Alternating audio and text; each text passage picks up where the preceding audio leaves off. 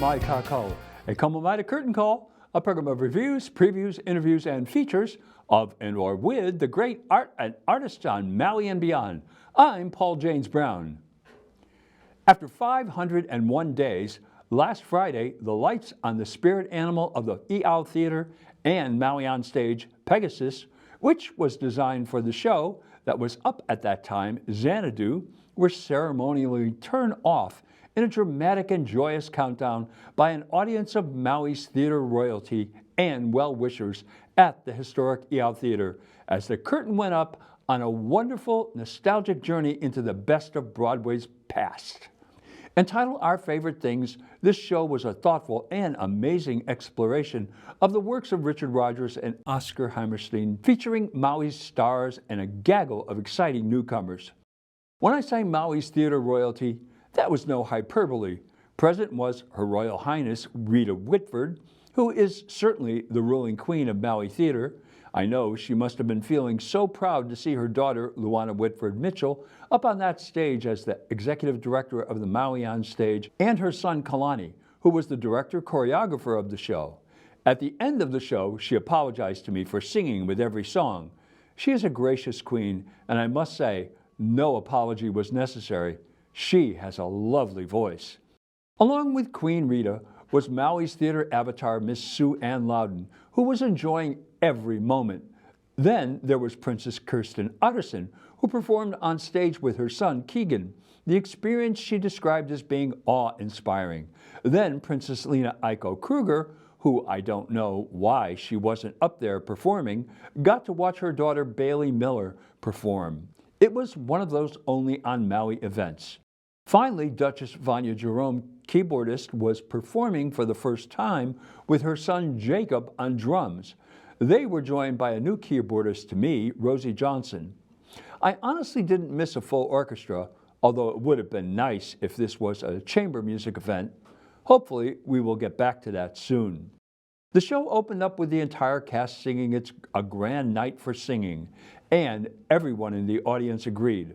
Oftentimes, when you get a group of star soloists to sing in a choir, you hear individual voices, but this ensemble sounded great. They were balanced and the voices blended into a marvelous company. They also did a nice job on the finale number, Oklahoma. All of Rodgers and Hammerstein's chestnuts were present, with Lisa Paulson and Jerry Eiting doing Anna and the King, singing Getting to Know You and Shall We Dance, Liana Locke being Maria, doing Do Re Mi, and of course, Mr. Eiting got to do his signature, Some Enchanted Evening. Some enchanted evening, someone may be laughing. You may hear her laughter across a crowded room. And Dylan Bodie doing Howard Keel and Gordon McRae on Oh, What a Beautiful Morning. Oh, what a beautiful day. All of these chestnuts sounded as good as any of the Broadway stars who made them famous. But the things that got me excited were the moments when a performer owned one of those chestnuts and sang like we have never heard before, such as Baron Burton's jazzy take on the title song, My Favorite Things. When the dog bites, when the bee stings, when I'm feeling sad, I simply remember my favorite things, and then I'll feel so bad.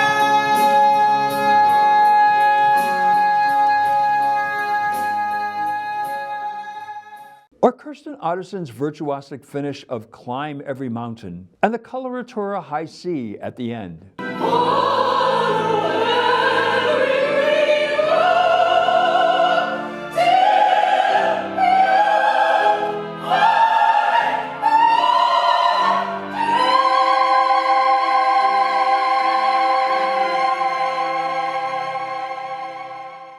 Or the sexy take on I'm Gonna Wash That Man Right Out of My Hair by Felicia Chernicki Wolf, Patti Lee Silva, and Marcy Smith. She went and washed that man right out of her hair. She went and washed that man right out of her hair. She went and washed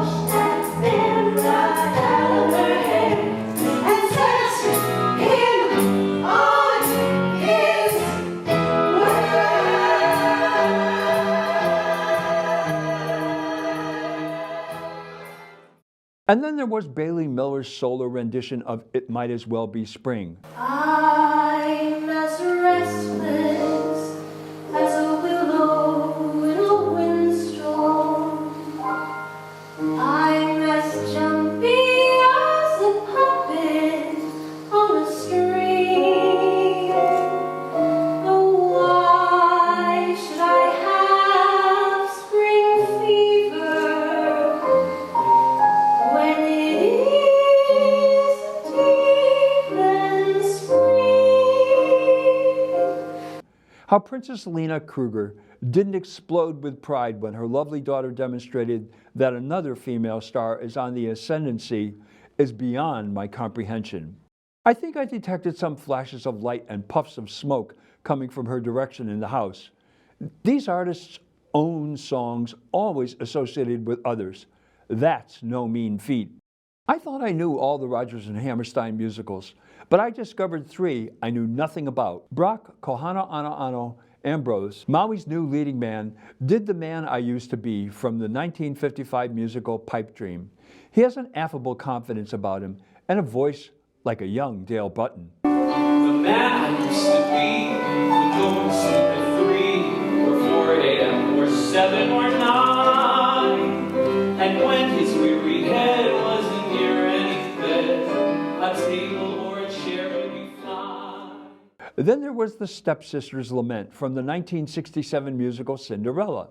This was done by Patti Lee Silva and Marcy Smith, both of whom were having the best time possible, and by extension, so were we.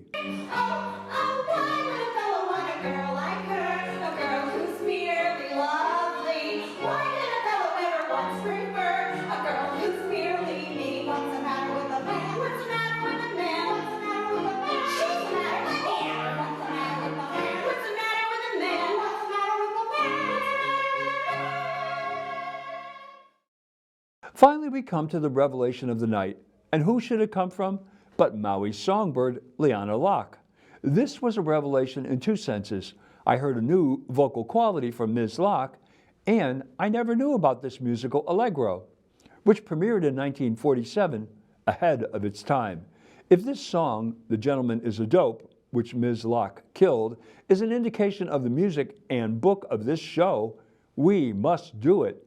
I understand it has a huge cast and complex tech as well. He's somebody else's problem. She's welcome, welcome to the guys. She'll never understand that is well as I. The gentleman is tough. He isn't very smart. He's just a log you'd like to hug and hold against your heart. The gentleman doesn't know how happy he could be. Look at me crying my eyes out as if he belonged to me. He'll never belong to me. Chemistry was evident on the stage when husband and wife team Ricky Jones and Hoku Pavao started off with Don't Marry Me and segued into People Will Say We're in Love. They make a fun Bickersons, but their reconciliation was truly exhilarating. Both Faith September and Ida Rose made auspicious EL Theater debuts.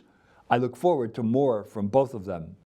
Kalani Whitford, director, and Bob Wills, music director, have done their usual excellent work in putting together this mellifluous evening of top-notch music.